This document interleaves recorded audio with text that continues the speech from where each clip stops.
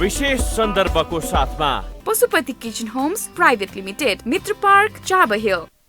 नेपालकै सबैभन्दा ठुलो फलामे छड उत्पादक कम्पनी अम्बे स्टिल्स, जे बन्छ दिगो बन्छ।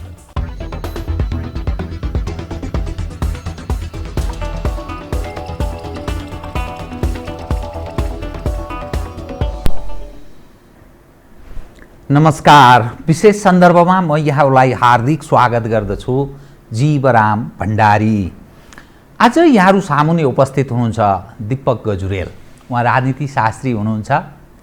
उहाँ सहप्राध्यापक त्रिभुवन विश्वविद्यालयमा राजनीति शास्त्रमै उहाँले प्राध्यापन गर्नुभयो र निवृत्त पनि हुनुभयो।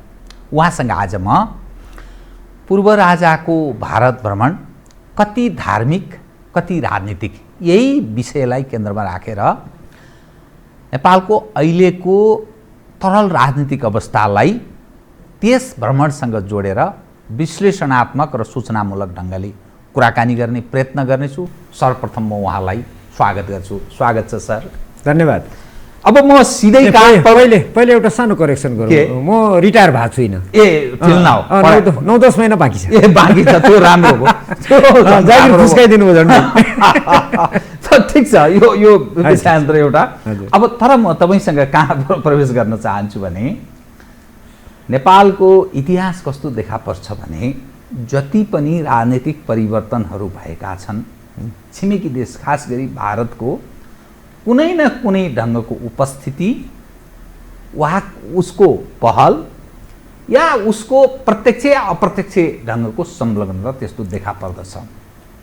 7 साल जो दिल्ली सम्झौताको नामले चर्चित छ, 7 सालपछिको 17 सालमा पनि के हो भन्ने दृष्टिकोण राख्दछन्।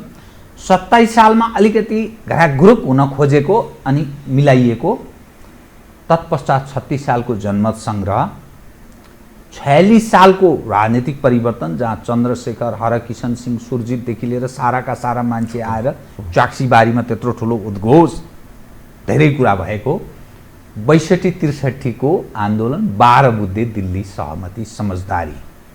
यी यावत दृश्य हेर्दा हरेक 10-10 वर्षमा परिवर्तन हुन खोजेको, भारतले निर्णायक भूमिका निरन्तर खेलिरहेको र नेपालको यो पछिल्लो राजनीतिक परिवर्तन पनि 10 वर्ष नागेर 15 वर्षमा दौडिरहेको। यसै मेसोमा नेपालमा गणतन्त्र, संघीयता, धर्मनिरपेक्षता ल्याउनका लागि भारतको पूर्व यसअघिको जो सरकार तत्कालीन शासक पक्ष काङ्ग्रेसको पहलमा भयो भनेर भन्यो। भारतको काङ्ग्रेस र पछिल्लो सन्दर्भमा भारतको बदलिएको त्यहाँको सरकार र त्यहाँको राजनीतिमा आएको आमूल परिवर्तन, अनि एकपछि अर्को पूर्व राजाको भारत भ्रमण र उनलाई भएको भव्य स्वागत, उत्तराखण्डका मुख्यमन्त्रीले गरेको स्वागत, कुम्भ मेलामा उहाँको नुहाई धुवाई, त्यहाँका पीठाधीश महामण्डलेश्वरहरूदेखि लगायतको जय जयकार, पुष्पवृष्टि हेलिकप्टरबाट र स्वदेश आज उहाँ फर्कदै हुनुहुन्छ। तपाईँ र म अहिले संवाद गरिरहेको बेला उहाँ त्रिभुवन अन्तर्राष्ट्रिय विमानस्थलबाट निर्मल निवासतर्फ जाँदै हुनुहुन्छ। यहाँ पनि भव्य स्वागत हुँदैछ। पुष्पवृष्टिको पनि कुरा सुनिन्छ हेलिकप्टरबाट।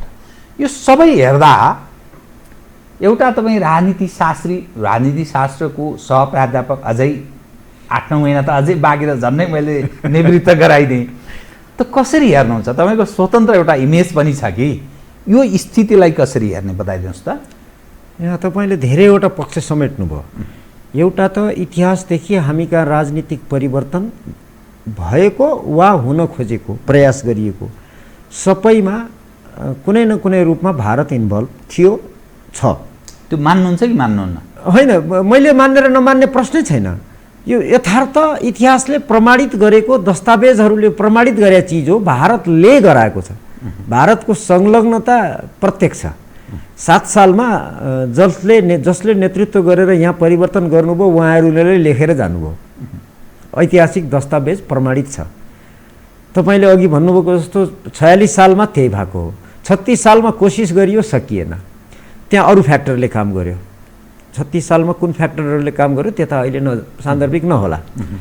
46 सालमा तपाईँले पनि उल्लेख गरिहाल्नुभयो, भारतका पूर्व प्रधानमन्त्री आएर यहाँ दरबारतिर औँला नठडाएसम्म ठुल्ठुला नेता सडकमा निस्किने हिम्मत गरेका थिएनन्, उसैले गराएको थियो, पुष्टि भयो। 62-63मा भारत सरकारले 12 बुँदे सहमति गराएको थियो।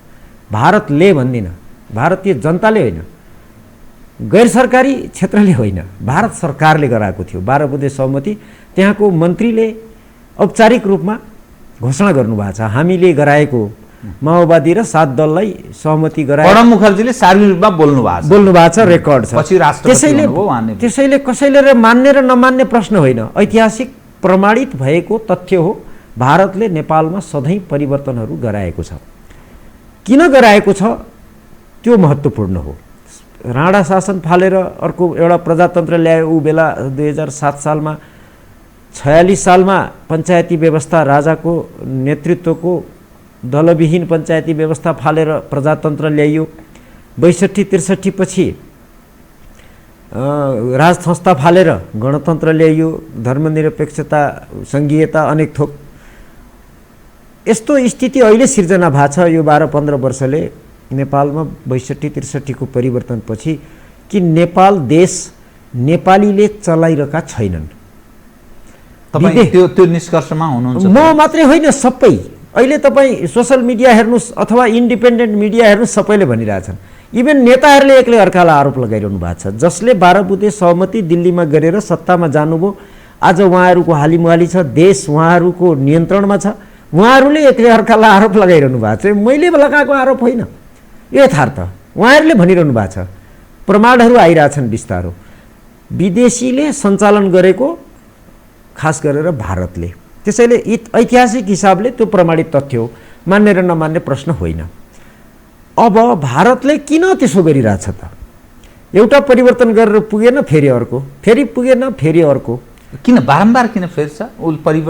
उसको निरन्तरको यो परीक्षण गर्ने क्रममा छ जस्तो देखिन्छ यो घटनाक्रम हेर्दा। किन उसको नेपाल नीतिमा ऊ चुकेको हो अथवा नेपाल? मलाई लाग्छ यस्तो छ, हेर्नुहोस्, भारतले राष्ट्रिय स्वार्थ हेरेर काम गर्छ सुरुदेखि। दीर्घकालीन उनीहरूको राष्ट्रिय स्वार्थ एउटा छ होइन। तपाईँको भारतको भूगोल, हाम्रो नेपालको भूगोल, हामी जियोपोलिटिक्स भन्छौँ, यो हेर्नुभयो भने र भारतको जन्म भएदेखि 1947 भारत भन्ने देश निर्माण भएदेखि आजसम्म भारतले नेपालमा पटक पटक परिवर्तन गरायो।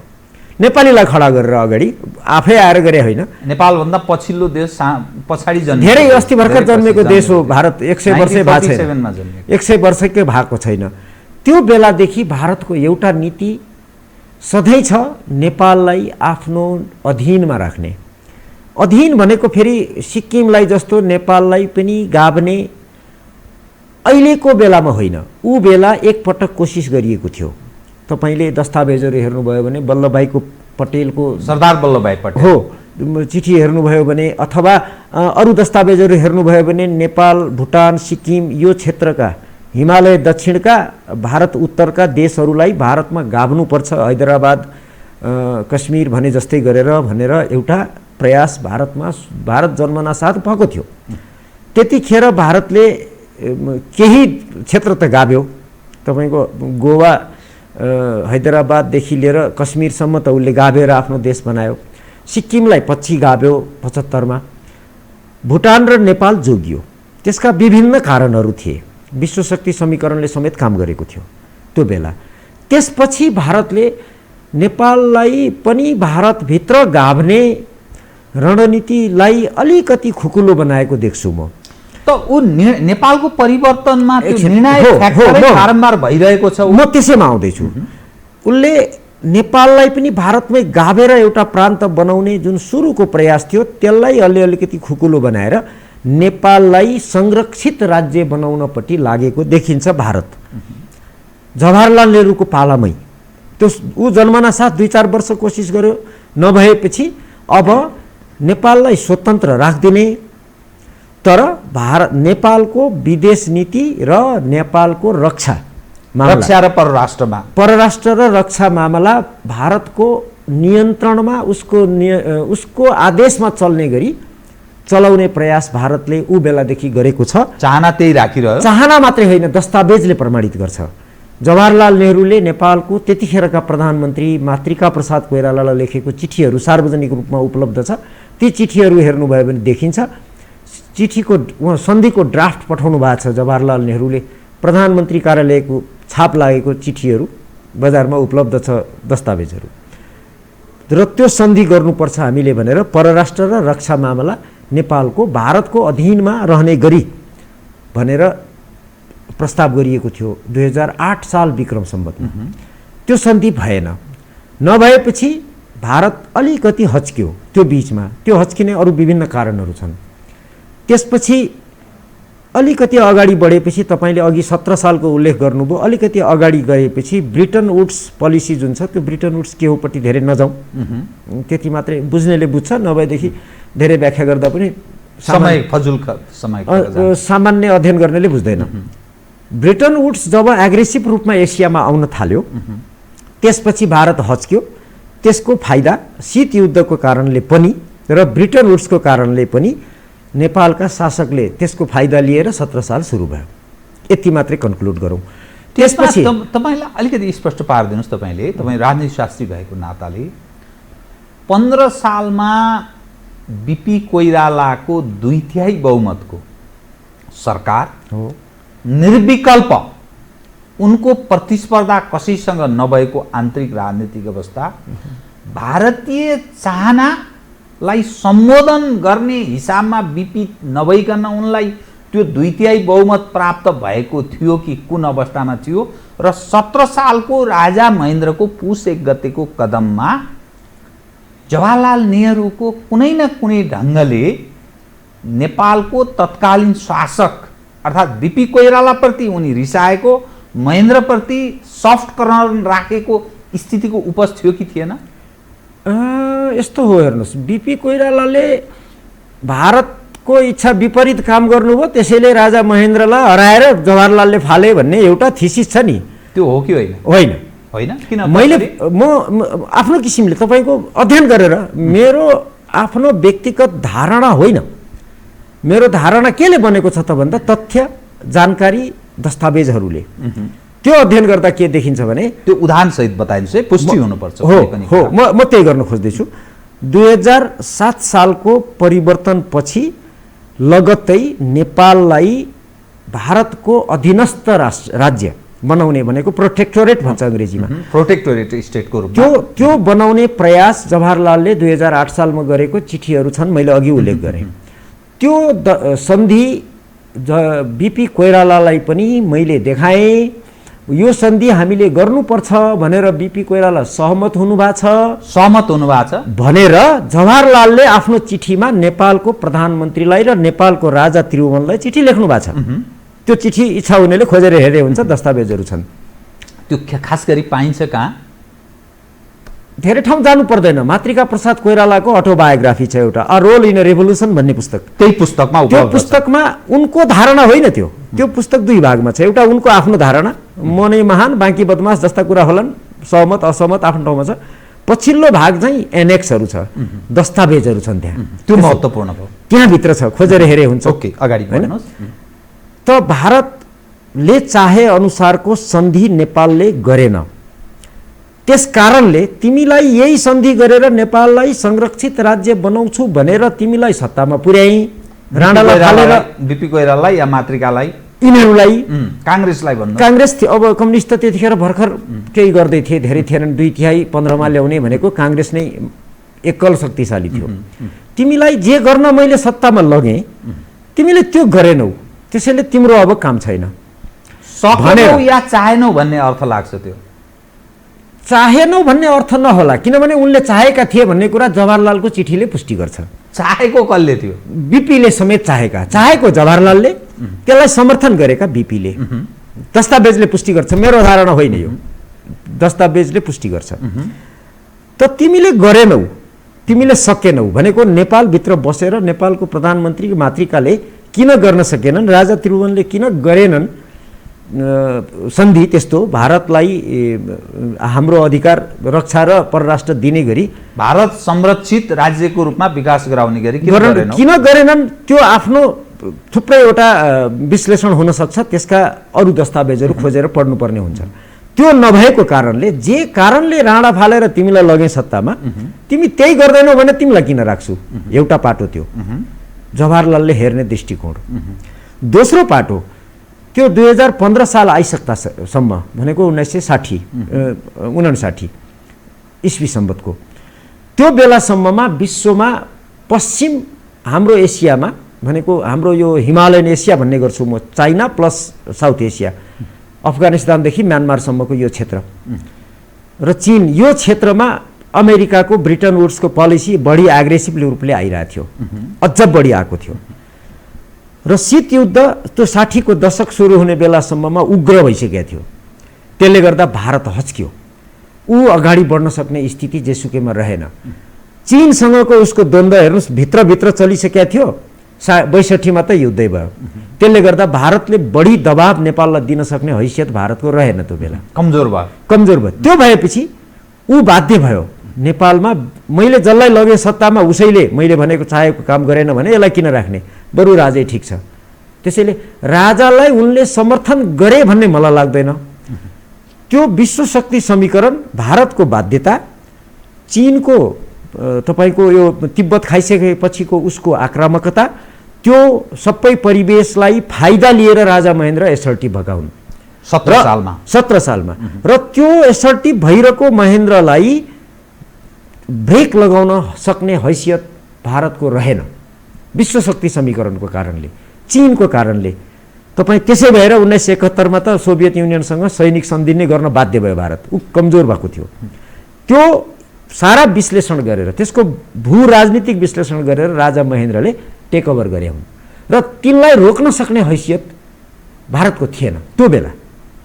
त्यसले गर्दा त्यसको फाइदा उनले लिए, जियोपोलिटिकल रियालिटीलाई उनले रियलाइज गरे त्यो बेला गरे भन्ने त्यो मलाई लाग्छ। त्यो चाहिँ त्यसले गर्दा भारतले हराएर वा भारतको इच्छा अनुसार बीपीलाई फालेर महेन्द्रले लिए, यो तपाईँको गलत व्याख्या भन्छु म। We should agree to disagree, सक्छ भने कसैले पुष्टि गरिदियोस्, एउटा पार्टी त्यो। त्यसपछि त्यो 30 वर्ष चल्यो, 2 वर्ष पञ्चायत अघिको अवधि, पञ्चायत 28 वर्ष। त्यो ख्याल गर्नुहोस् विश्व शक्ति समीकरणको एउटा चरण रहेसम्म कायम रह्यो। ख्याल गर्नुहोस् अर्को ट्रेन्ड छ नेपालको इतिहासमा, दोस्रो विश्वयुद्ध भन्दा अगाडि नेपालमा के भन्छ यो सत्ता परिवर्तन हुने प्रयास भएको छ, प्रजा परिषददेखि अनेक भन्न सकिन्छ, भएन सफल। दोस्रो विश्वयुद्ध सकिएपछि बल्ल नेपालमा परिवर्तन भयो, एउटा भनेको विश्व शक्ति समीकरणमा परिवर्तन आयो। शीत युद्ध सुरु भयो, ब्रिटन वुड्स अगाडि आयो, यता वार्सा प्याक्ट र उता नेटो, यता सिएटो र सेन्टो पनि थिए, यी त अहिले डिफङ्क्ट भए। यो सबैको द्वन्द्वको कारणले एउटा परिस्थिति सिर्जना भयो, हाम्रो जस्तो देशलाई फाइदा भयो। यदि शासक चतुर थिए भने नेपालले त्यो बेला फाइदा लियो, त्यो पञ्चायतकालभरि र विश्वका विभिन्न देशहरूसँग दौत्य सम्बन्ध कायम, विभिन्न तपाईँ संघको सदस्यतादेखि लिएर अन्तर्राष्ट्रिय धेरै कुरा गर्यो, सम्बन्ध त्यसै बेला लाभ लिन सक्यो। आर्थिक शैक्षिकदेखि लिएर उद्योगदेखि लिएर परराष्ट्र सम्बन्ध, युएनदेखि धेरै कुरा नेपालले गर्यो। त्यसको जस राजा महेन्द्रलाई जाने नै भयो है, जानु पर्यो, किनभने उनले त्यो परिस्थितिको विश्लेषण सही ढङ्गले गरेर काम गरे, एउटा त्यो। र ख्याल गर्नुहोस् 46 सालको परिवर्तन कतिखेर भयो, जतिखेर विश्व शक्ति समीकरणमा फेरि स्याट्टै परिवर्तन आयो, शीत युद्ध समाप्त भयो, सोभियत युनियन अलग ढङ्गले गयो। We are the unchallenging leader of the world भनेर अमेरिकाले घोषणा गर्यो, सोभियत युनियन सिद्धियो। त्यसपछि नयाँ परिवर्तन आयो, नेपालमा मात्रै होइन, एसिया, अफ्रिका, लेटिन अमेरिका सबै ठाउँमा। झट्ट हेर्दाखेरि सोभियत युनियन कोल्याप्स भएर नेपालमा परिवर्तन, यो सबैले बुझ्दैन। विश्व शक्ति समीकरणले परिवर्तन गरायो। नेपालमा माओवादीको हिंसा, हत्या र विध्वंस 9/11 पछि सुरु भएको थियो, उग्र भएको थियो। 9/11 भनेको अमेरिकामा जुन भएको थियो, ट्विन टावर, पेन्टागनमा आक्रमणहरू, त्यसपछि बढी उग्र भएको थियो। सुरु त अलि अगाडि भएको थियो, बढी उग्र भएको थियो हैन। त मैले के भन्न खोजेको भने विश्व शक्ति समीकरणमा आएको परिवर्तनसँगै हाम्रो क्षेत्रमा पनि, हाम्रो क्षेत्र भनेको हिमालयन एसिया भन्ने गर्छु म, यो क्षेत्रमा पनि शक्ति समीकरणमा तलमाथि आउँछ। त्यो बेलामा नेपालका शासकले चतुराई गरे, भू राजनीतिक परिस्थिति र शक्ति समीकरणको सही विश्लेषण गरेर नेपाल राष्ट्रको हितमा काम गरेको बेला नेपालले राम्रो गरेछ। जतिखेर हामी चुक्यौँ, शासकहरू गलत भए, विदेशीले बोकेर सत्तामा पुगाकाहरूले गर्न सकेनन्। अब के भयो, म अघि नकोमा जोड्छु, 46 सालमा परिवर्तन गरायो भारतले। हामी सबैलाई थाहा छ, तपाईँ हाम्रो पुस्ताले त देखेको हो। म चस्मदित छु। म पनि चस्मदित हुँ, देखेको छु। चन्द्रशेखरले आएर दरबारतिर औँला नठड्याएसम्म लौह पुरुष जस्ता मान्छे पनि सडकमा आन्दोलन गर्न निस्किने हिम्मत गर्नु भएको थिएन। दस्तावेज त्यतिखेर खोजेर पढ्दा भेटिएला, पब्लिक डोमेनमा अहिले पनि होला, होइन?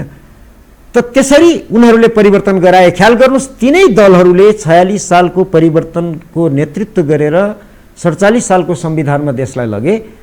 जुन दलहरू भारतमा बसेर नेपाललाई नाकाबन्दी गरेर राजालाई घुँडा टेकाइदिनुहोस् भनेर वक्तव्य जारी गर्नुभएको छ उहाँहरूले दिल्लीबाट। र त्यसपछि भारतले नाकाबन्दी गरेको छ नेपालमा 1.5 वर्ष जति, होइन? त्यो नाकाबन्दी हुँदाखेरि के स्थिति भोग्नु परेको थियो नेपाली नागरिकलाई त्यो पुस्तालाई थाहा छ। 45 को तपाईँ सम्झनु, 45 सालको नेपाल राष्ट्रलाई नाकाबन्दी गरेर नेपालको राजालाई घुँडा टेकाइदिनुहोस् भनेर वक्तव्य जारी गर्नुभएको छ नेपालका प्रमुख प्रजातान्त्रिक दलहरूले दिल्लीमा बसेर।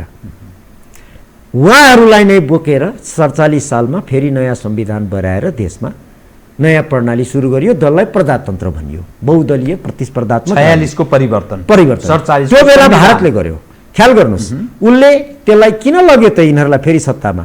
जुन उद्देश्य उसको 7 सालमा थियो, राणा फालेर दलहरूलाई सत्तामा लाने, राजालाई समेत मिलाएर, त्यही उद्देश्य उसको फेरि थियो, नेपाललाई प्रोटेक्टोरेट बनाउने। त्यो बिचको 30 वर्ष सकेन। अब अलिकति एसर्टिभ भयो, विश्व शक्ति समीकरणमा परिवर्तन आयो। अब म सक्छु भनेर उसले फेरि प्रयास गर्यो। अनि यो 62-63 को फेरि परिवर्तन 10 वर्ष माओवादीले भन्ने गरेको जनयुद्ध, हामीले भनेको विद्रोह भनौँ, माओवादी विद्रोह, इन्सर्जेन्सी, जुन ढङ्गले भारतमा बसेर गर्यो। 12 बुँदे दिल्ली समझदारी भयो। नेपालमा अर्को खाले राजनीतिक परिवर्तन भयो, जसले कोशी सम्झौता गर्यो, गण्डक गर्यो, महाकाली गर्यो, 12 बुँदे गर्यो, हर चिज तयार रह्यो। अनि फेरि त्यही पक्ष शासक रहेको बेलामा नाकाबन्दी गर्यो, अनि फेरि बारम्बार फेर्यो। अनि अहिले फेरि राजा ज्ञानेन्द्रलाई किन निम्त्यायो, श्री 5कै रूपमा किन त्यहाँ सम्बोधन गर्यो, पुष्पवृष्टि किन गर्यो, जुन खालको सम्मान किन दियो? नेपालको आन्तरिक तरल राजनीतिक अवस्था एक अर्कालाई कुकुर र बिरालोको रूपमा लडिरहेका छन्। हरेक पार्टी झगडामा छन्, लोकप्रियता उनीहरूको गुमेको छ। यो समग्र हेर्दा यो के, म त्यही आउँदैछु, ब्याकग्राउन्डमा छौँ संक्षिप्तमा ब्याकग्राउन्डमा 46 सालको परिवर्तन। अब मैले तिमीलाई सत्तामा पुर्यायौँ, अब नेपालको परराष्ट्र र रक्षा मेरो अधीनमा दिने गरी सन्धि गर भनेर भारतले प्रयास गर्यो। ख्याल गर्नुहोस्, 45 सालको नाकाबन्दी भन्दा अगाडि वा नाकाबन्दी सुरु भएपछि त्यो 8 सालमा विक्रम सम्वत 8 सालमा जवाहरलाल नेहरूले पठाएको सन्धिको ड्राफ्ट नेपालको प्रधानमन्त्रीलाई पठाएर, मरिचमान सिंह हुनुहुन्थ्यो उहाँ, त्यो प्रधानमन्त्री त्यो बेला, त्यो सन्धिमा सही गर, तिम्रो राजालाई भन यो आन्दोलन म रोकाइदिन्छु, नाकाबन्दीमा हटाइदिन्छु भनेर उसले भनेको थियो भनेर मरिचमानले मर्नुभन्दा अगाडि त्यो सन्धिको ड्राफ्ट सहित अखबारमा बोल्नु भएको छ र कसैबाट पनि कहिले खण्डन आएन। भनेको भारतले 46 सालमा फेरि त्यो प्रयास गर्यो, सफल भएन। तपाईँले अघि सुरुमा भूमिकामा भन्नुभएको जस्तो राजा र दलहरू मिलेर देशलाई एउटा बाटोमा लगे 47 सालको संविधान अन्तर्गत। बाहिर देख्दा त्यो हो, तर शक्ति समीकरणले त्यहाँ पनि काम गर्यो। विश्व शक्तिले जसरी 1955 इस्वी सम्मतमा नेपाललाई UN को मेम्बरसिप दिनको लागि अमेरिकाले ठुलो योगदान गरेको छ, त्यो अध्ययन गर्नेलाई थाहा छ। ख्याल गर्नुहोस्, त्यो भन्दा 55 भन्दा अगाडि पनि नेपालले UN मा मेम्बरसिपको लागि एप्लिकेसन दिएको थियो। त्यतिखेर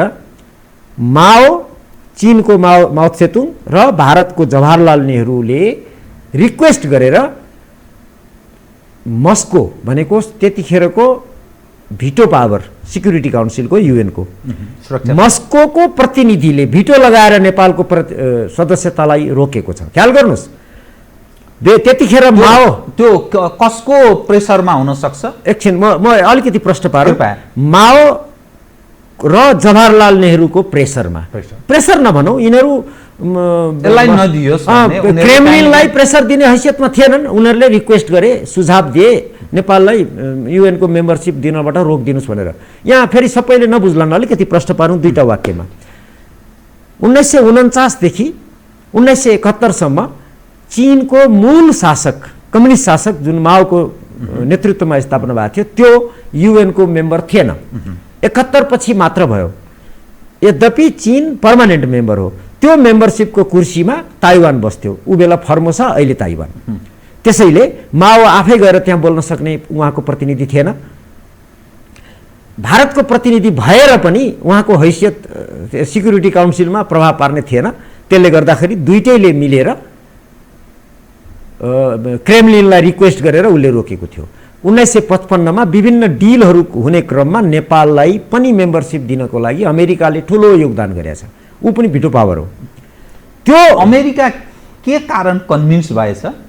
उसलाई नेपाल चाहिने थियो। 1955 मा नेपाल चाहिन्छ कि चाहिँदैन उसलाई थाहा थिएन।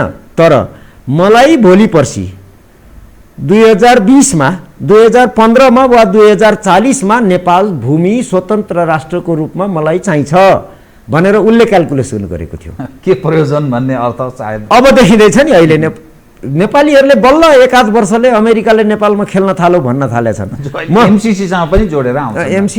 एमसीसी को बारेमा धेरै जोडेर कुरा गर्ने केटी खेल भन्छु म यसलाई। यता नजाउँ। ओके, अघि भन्नुहोस्। हैन, अमेरिकाले 1955 मा क्याल्कुलेट गरेको छ नेपाल मलाई 2020 अथवा 2015 वा 2040 मा नेपाल यस कारणले मलाई चाहिन्छ भनेर उसले क्याल्कुलेट गरेर बसेको थियो। त्यसैले नेपाललाई स्वतन्त्र राख्नु उसलाई जरुरी थियो। त्यसैले 2047 सालको संविधान बन्ने क्रममा भारतको जोड चलेन। जसलाई सत्तामा पुर्याएको थियो, दलहरूलाई, कांग्रेस र कम्युनिस्ट मिलेर सत्तामा गएका थिए, उनीहरूको बुताले चलेन। किनभने पर्दा पछाडिबाट कसैले सहयोग गरेको थियो।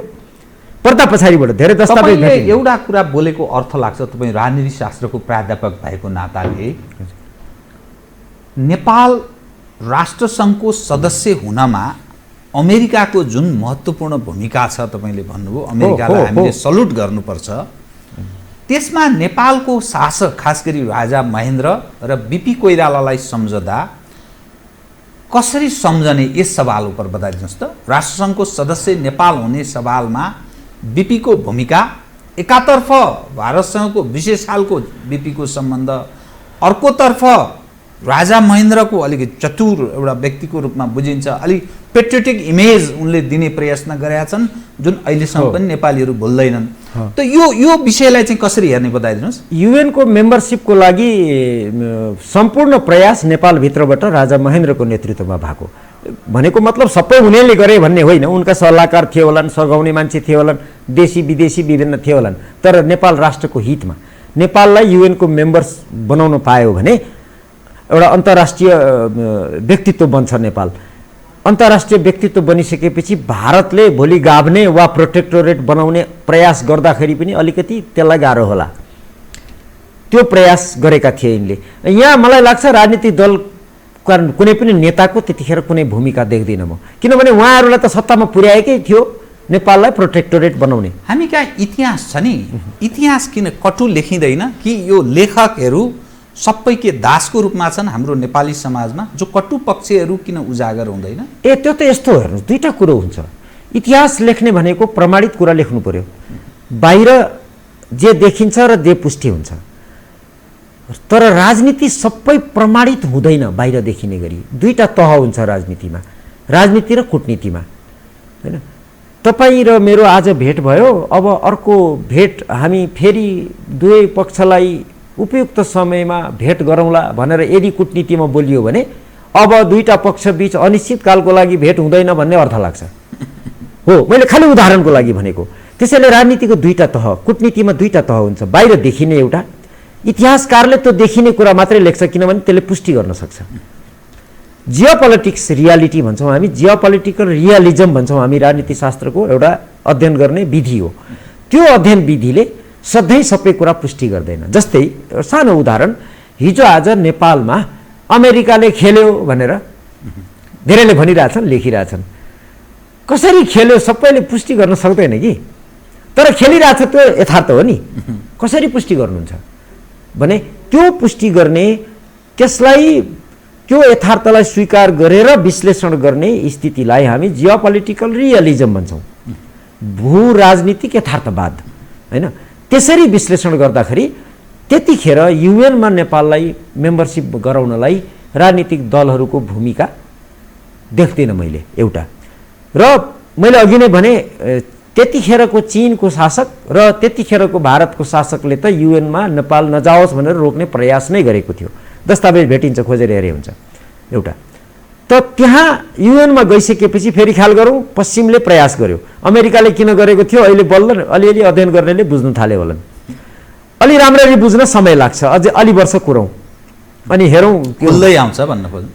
अलि वर्ष बुझ्ने अवस्थामा पुग्छन्। बुझ्ने होइन, ख्याल गर्नु सर्को एउटा इतिहास। अमेरिकालाई अघि तपाईँले अमेरिकाले मद्दत गरेर हामी युएन गयौँ त्यसैले स्यालुट गर्नुपर्छ भन्नुभयो नि, म स्यालुट गर्नुपर्छ भन्दिनँ। उसले एउटा आफ्नो स्वार्थको लागि हामीलाई मद्दत गरौँ, भित्र राष्ट्र उसको स्वार्थलाई हामीले आफ्नो स्वार्थमा कन्भर्ट गरौँ, एउटा फाइदा हो। तर ख्याल गरौँ, अमेरिकाको इतिहास यस्तो छ, गएको 100-150 वर्ष यता अरूको हितमा उसले गर्दैन, कहिले पनि गर्दैन, आफूलाई सेन्टरमा राखेर जहिले पनि।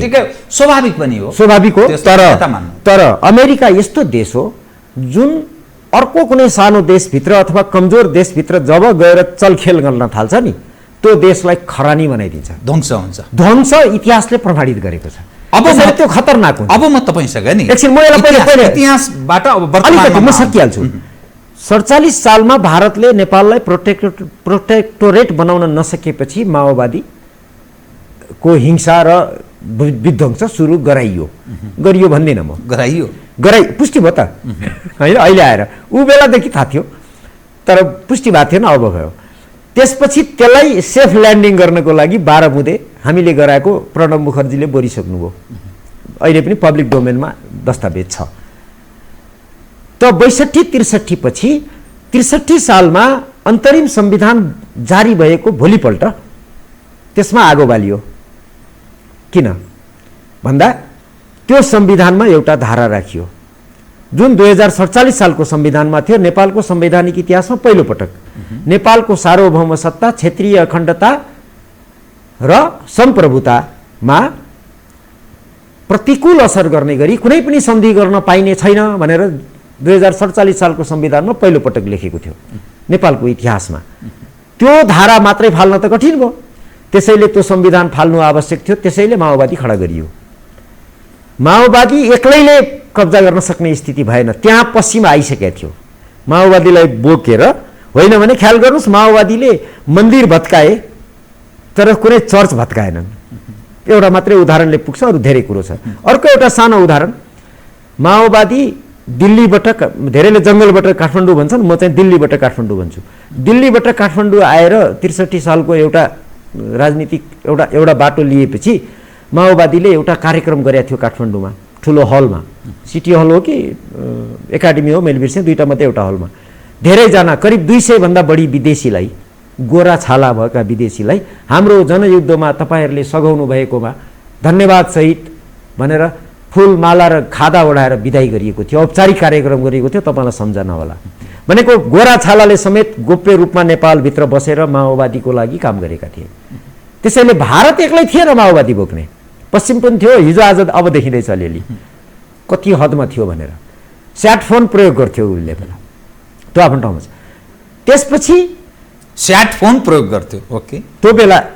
अहिलेको पुस्ताले बुझ्दैन यसको हैसियत। ठिक हो, नेपालमा स्याट फोन छँदै थिएन तर माओवादीले युज गर्थ्यो नेपालको कुना कन्दराबाट। त्यो त बिस्तारो आयो नि त धेरै कुराहरू होइन, कसले गरिदिएको थियो त्यो अब देखिँदैछ बिस्तारो। किन गरेको थियो भन्दा पश्चिमको स्वार्थ यहाँ थियो, नेपाललाई कुनै पनि रूपमा स्वतन्त्र राष्ट्रको रूपमा कायम राख्ने, भोलि चाहिन्छ यो भूभाग मलाई भनेर। त्यसैले 63 सालको अन्तरिम संविधानको विरोध गराइयो र नेपालमा आगो बालियो। तराई के भयो हामीलाई थाहा छ।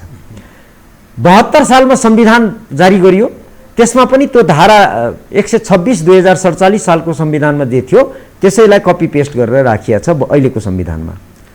धारा 279 मा छ के अरे त्यो धारा, सार्वभौम सत्ता क्षेत्रीय अखण्डतामा प्रतिकूल असर पर्ने गरी सन्धि गर्न पाइने छैन। यदि परराष्ट्र र रक्षा मामला अर्कालाई दिने गरी सन्धि गर्नुभयो भने त्यो भोइड हुन्छ। त्यसैले यो संविधान फेरि फाल्नु पर्यो।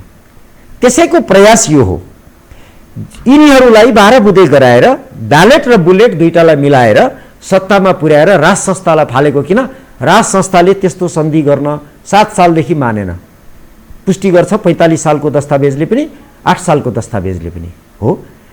त 62-63 मा आएर परिवर्तन गराइयो, फेरि नेपाललाई प्रोटेक्टोरेट बनाउने त्यो प्रयास फेरि गर्ने। त्यसको दस्तावेज राजा ज्ञानेन्द्रले अहिलेसम्म सार्वजनिक गरेका छैनन्, सायद उनले गर्नु पनि हुँदैन। राजा हो, राजनीतिक दलको नेता जस्तो एउटाले अर्कोलाई मन परी बोल्दै हिँड्नु हुँदैन। त्यो मर्यादामा अहिलेसम्म बसेका छन्, बसुन् भन्ने मेरो आग्रह। अब म यसमा अलि छिचो लिएर है प्लिज, तपाईले भनेको कुरा यो बुझ्न सकिन्छ। यसलाई अन्यथा मान्ने आधार कमजोर छ, खण्डन गर्ने आधार कमजोर छ। तर जो 10 वर्ष जसले पाल्यो, विद्रोह जन्मायो, पश्चिमाहरूको साथ समर्थन, स्याटको प्रयोग त्यसै सम्भव थिएन हो। अनि 12 बुँदे भयो, नेपालको यत्रो परिवर्तन भयो, अनि जे उनीहरू चाहन्छन् त्यो कुरालाई सम्बोधन पनि भयो। नेपालीको पनि काहीँ न काहीँ त्यो तृष्णा जोडिएरै गयो यससँग। अनि अहिले फेरि राजा ज्ञानेन्द्रलाई किन त्यहाँ बोलाइयो, किन जय जयकार गरियो, उनी आज फर्कदैछन्, यो दृश्य के त फेरि यो की जोडिन्छ? भारतले नेपाललाई संरक्षित राज्य बनाउने प्रयास 62-63 सम्म फेरि गर्यो। त्यसपछि अब चाहिँ अझ बढी दबाब दिएर लान्छु। राज संस्थाले बेला बेलामा पर्दा पछाडि भए पनि रोक्यो। जस्तै 47 सालपछि त्यो संविधान संशोधन गर्ने कोसिस पनि गरिएन नि 63 सालसम्म। अनि माओवादी द्वन्द्वको कालमा अनेक अवस्थामा राजालाई दोष लगाइन्थ्यो, राजाले गर्न दिएन, त्यसले खुट्टा अड्कायो, यो गर्यो त्यो गर्यो भन्ने गरिन्थ्यो। यद्यपि संविधान अनुसार त्यो उनले गर्ने हैसियत थिएन, तथापि आरोप लगाउने ठाउँ एउटा थियो दरबार। त्यो आरोप लगाउने ठाउँ पनि फाल्दिउँ, आनन्द हुन्छ। दलहरू एक्लै सर्वेसर्वा हुन्छन् देशको, यिनीहरूले खुरुक्क साइन गर्छन्। भारतले चाहेको त्यो थियो। उहाँहरूले अब बोल्न बाँकी होला आउला बेलामा, होइन, बिस्तारो आउला। त्यसो भएपछि उनीहरूले गर्न सकेनन्। किन गर्न सकेनन्? उहाँहरूले के गर्नुभएको छ, पश्चिमबाट समेत सञ्चालित हुनुहुन्छ।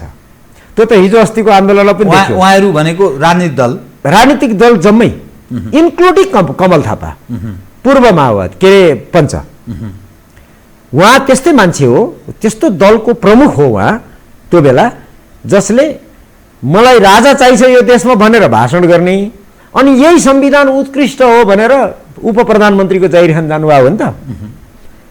कि बेइमान भन्छु म, अपशब्द नठान्नु होला, नेपालमा बेइमान शब्द अपशब्द होइन, इमानदारी काम नगर्नेलाई बेइमान भनिन्छ। त अहिले आएर राजालाई स्वागत गर्ने भनेर बाटोभरि ब्यानर देखाएको थिएँ अघि। यो भर पर्न मिल्ने मान्छे होइन, दोहोरो मापदण्ड, यो संस्था होइन त्यो संगठन। ती मान्छे लगायत पश्चिम र भारतको के अरे काँधमा चढेर नेपालमा 12 बुँदे गराएर यो देशलाई यो ठाउँमा पुर्याउने सबै भनेको काङ्ग्रेस, कम्युनिस्ट, पञ्च, पूर्व पञ्च, सबै मधेसीहरू त पछि जन्मेका हुन्, सबै टाकटुक, यी सबै तपाईँको चर्चको पैसा खाएर हुन्छ कि भारतको हुन्छ कि कहाँबाट हुन्छ, विभिन्न तरिकाले गरेर नेपाललाई भाँडभैलो गराउने स्थितिमा पुगे। अब भयो के, भारतको नेपालमा एकाधिकार लगभग समाप्त भयो, झन् बिग्रियो। 12 बुँदे गरायो, त्यत्रो पाल्यो, सबै गर्दा नि बिग्रियो। एक्ज्याक्टली त्यही भयो। भारतपछि नेपाल नीतिमा ऊ फेल खायो। भारतले मैले जे चाहन्छु त्यही हुन्छ नेपालमा भनेर 7 सालदेखि कोसिस गरिरहेको हो। त्यसले बुझ्नु पर्थ्यो त्यो बेलादेखिको सन्धि किन गराउन सकिन, कुन फ्याक्टर छ, सायद उनीहरूले विश्लेषण गर्दा कतै चुके। एकपछि अर्को उनीहरू फेल खाँदै गए। तर बिचमा भयो के भने 2007 साल विक्रमकोदेखि 2000 तपाईँको झन्डै 60 साल 62 सालसम्म भारतको एकाधिकार कायम थियो नेपालको राजनीतिमा। कसलाई प्रधानमन्त्री बनाउने र कसलाई कुन इन्सपेक्टरलाई कुन ठाउँमा सरुवा गर्नेसम्म निर्णय के माइक्रो म्यानेजमेन्टको कुरा सुनिन्थ्यो, सब उहाँ गर्नुहुन्थ्यो, भारतकाले सबै गर्नुहुन्थ्यो होइन। भारतका राजदूत हाम्रो प्रधानमन्त्रीको बेडरुममा चप्पल लगाएर समेत जानुभयो, त्यतिसम्म सञ्चालित थिए हाम्रो देशका शासकहरू, अहिले पनि छन्। त्यो स्थितिमा भारत अब रहेन, किनभने भारतले नेपालमा बसेर एकाधिकार यहाँको राजनीतिमा चलखेल गरिरहेको अवस्थामा नेपालको भूमि चीन विरुद्ध प्रयोग हुन थाल्यो। हेर्नुहोस् 62-63 पछि नेपालको भूमिमा फ्री तिब्बतको नारा लाग्ने, आत्मदाहको प्रयास हुने, फ्री तिब्बतको झन्डा बोकेर सगरमाथा बेस क्याम्प पुग्ने यी प्रयासहरू भएछन्। नेपालीलाई त एकछिन सडकमा नारा लाउनु ठुलो कुरो होइन होला, चीनको लागि महत्त्वपूर्ण हो, बहुत गम्भीर विषय हो। त्यस्ता गतिविधि हुन थाले। कसले गराउँदैछ? पश्चिमले दलाई लामालाई पालेर भारत बसेको छ। म जियोपोलिटिकल एनालिसिस गर्दैछु, हेर्नुहोस्, सबैले सबै कुरा नबुझ्ला, यति सामान्य कुरा पनि बुझ्दैन भने तिनलाई मैले भने होइन, बुझ्नेले मात्रै सुने हुन्छ सिधा कुरा होइन। म त त्यही भन्छु, सबैले सबै कुरा जान्नु छैन होइन, मैले सबै कुरा जान्दिनँ नि, मेरो आफ्नो क्षेत्र छ। त्यसैले भारतमा दलाई लामा र पालेर बसेको र प्रवासमा सरकार बनाएर बसेको दलाई लामा छ नि त, तिब्बतीहरूको प्रवासी सरकार छ। त्यो गतिविधि बढ्दै गएपछि नेपालको भूभाग चीनको लागि महत्त्वपूर्ण हुन थाल्यो। नेपाल लन्च प्याडको रूपमा बढी प्रयोग हुने स्थिति खतरा बढ्यो।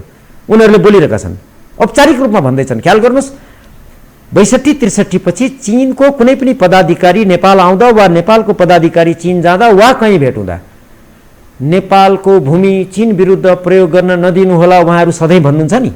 किन भन्नुहुन्छ?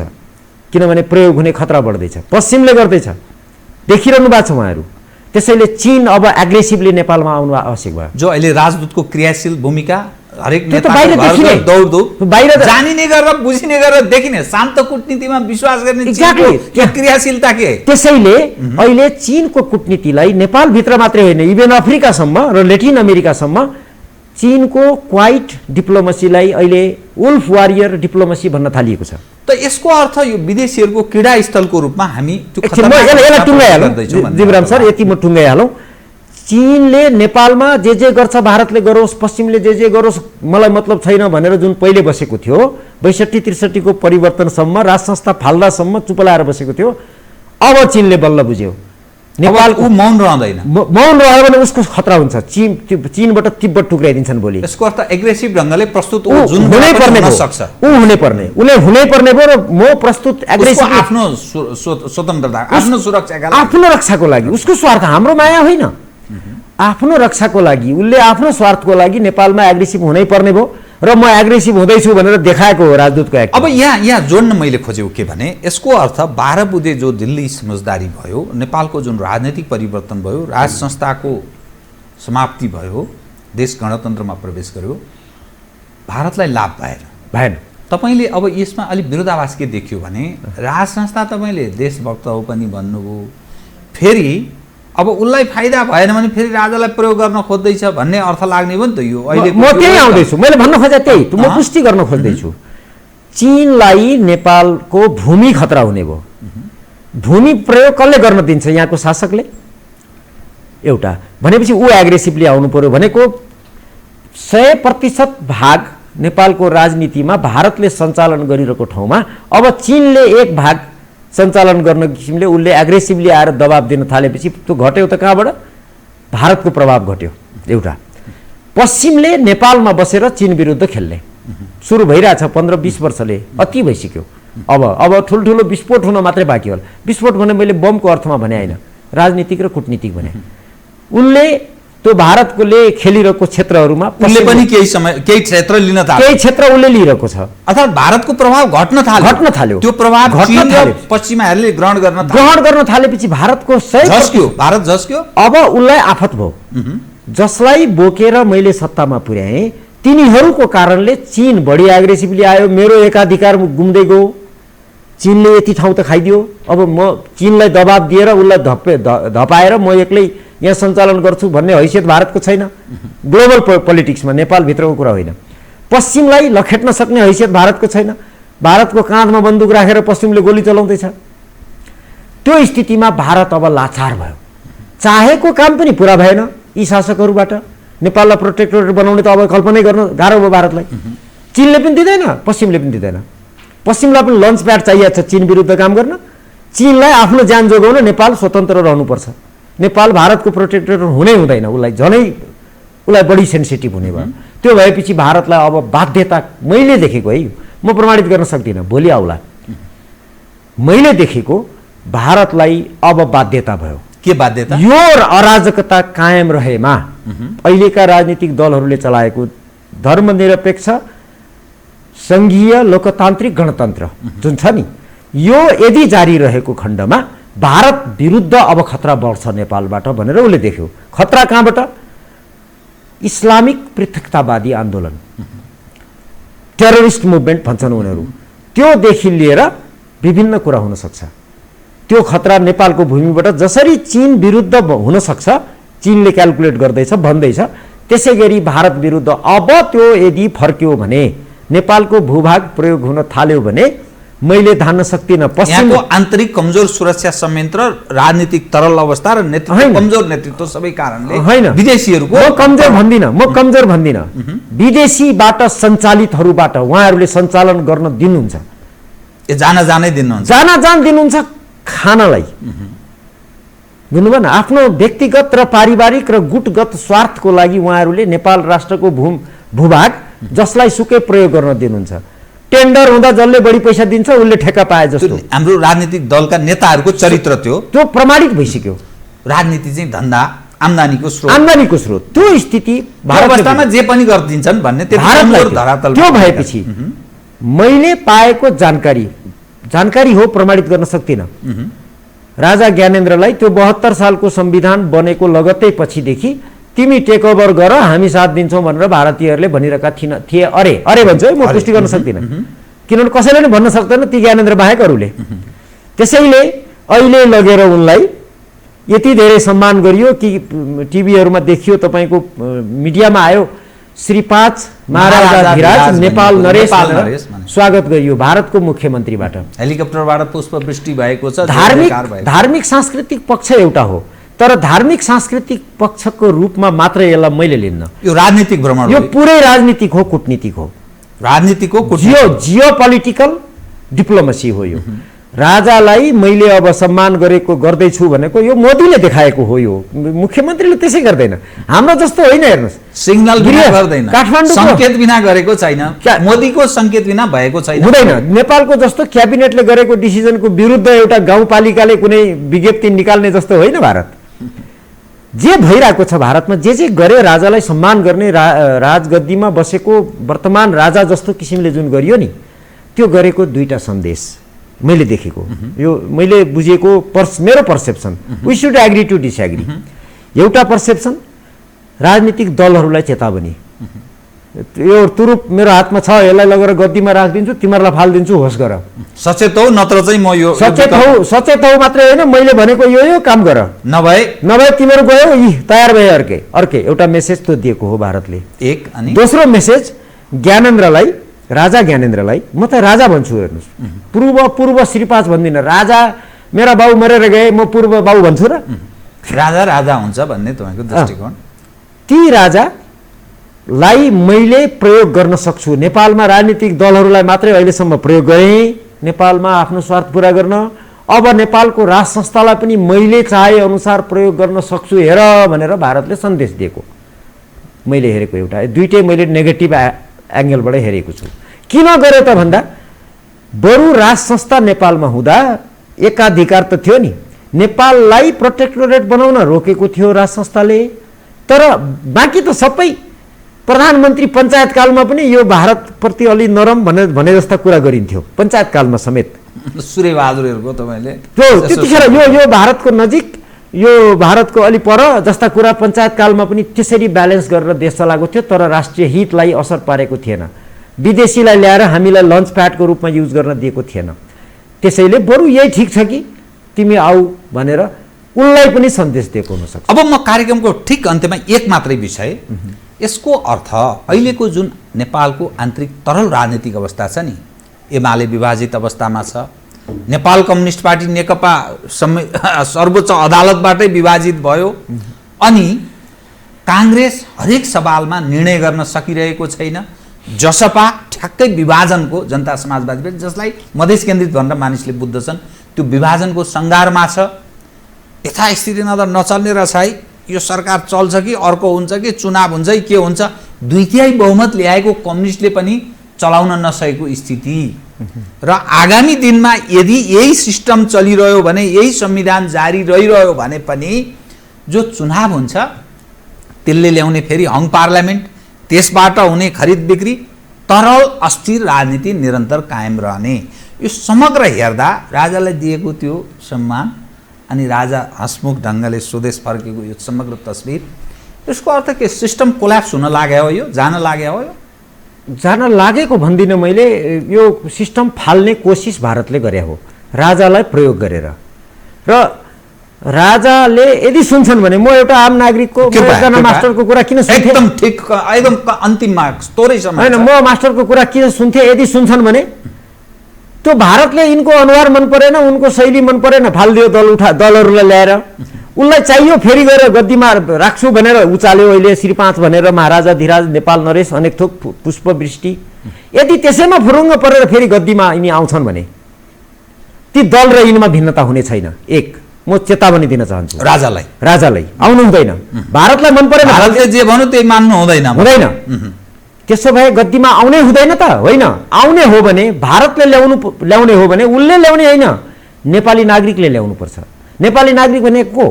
अमूर्त होइन, नेपाली नागरिकको नेतृत्व कसले गर्छ? दलहरूले। यी दलहरूले आफ्नो ज्यान जोगाउनलाई पनि, देश जोगाउन त उहाँहरूले कोनी अब सक्नुहुन्न। तपाईँले अघिले भन्नुभयो पार्लियामेन्ट, यो संविधान, यो अराजकता 2/3 पनि देश चलाउन नसक्ने नालायक साबित भइसक्नुभयो उहाँहरू। साबित हुनुभयो नि त, 2/3 पनि देश चलाउन सक्दैन, के लायक भए त?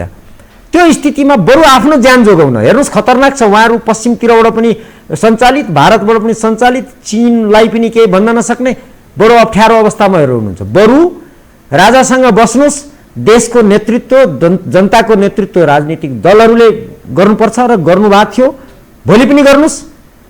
राजाले गर्ने होइन जनताको नेतृत्व, राष्ट्रको नेतृत्व मात्रै गर्ने हो। देशभित्र मिलेर जानुहोस्, भारतको वा पश्चिमको वा चीनको आदेश मानेर नहिँड्नुहोस्। अहिलेसम्म हिँडेको दलहरूले जनताको नेतृत्व गरेर देशको हितमा के छ कमसेकम अब चाहिँ गर्नुहोस्। होइन भने तपाईँहरूलाई व्यक्तिगत रूपमा पनि खतरा बढ्दै गरेको देखेको छु मैले। त्यो ढङ्गले परिष्कृत परिमार्जित हुने सम्भावना तपाईँ देख्नुहुन्छ अहिलेको स्थितिमा? सम्भावना देख्दैन, राजनीतिक दलका नेतृत्व त्यो सम्भावना देख्दिनँ।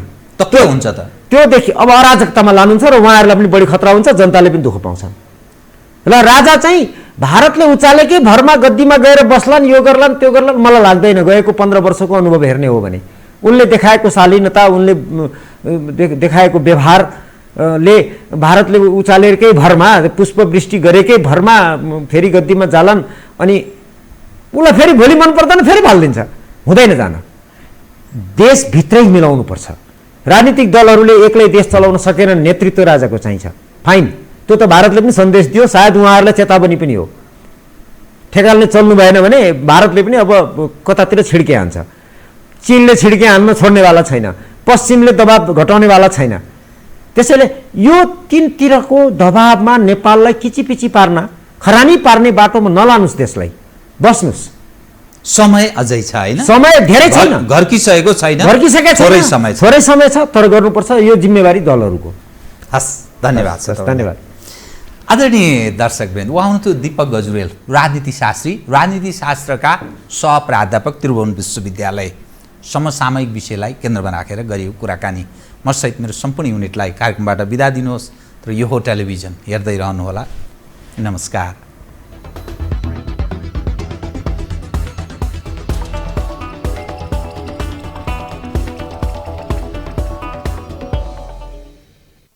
विशेष सन्दर्भको साथमा Pashupati Kitchen Homes Private Limited, Mitra Park, Chabahil. नेपालकै सबैभन्दा ठुलो फलामे छड उत्पादक कम्पनी अम्बे स्टिल्स, जे बन्छ दिगो बन्छ।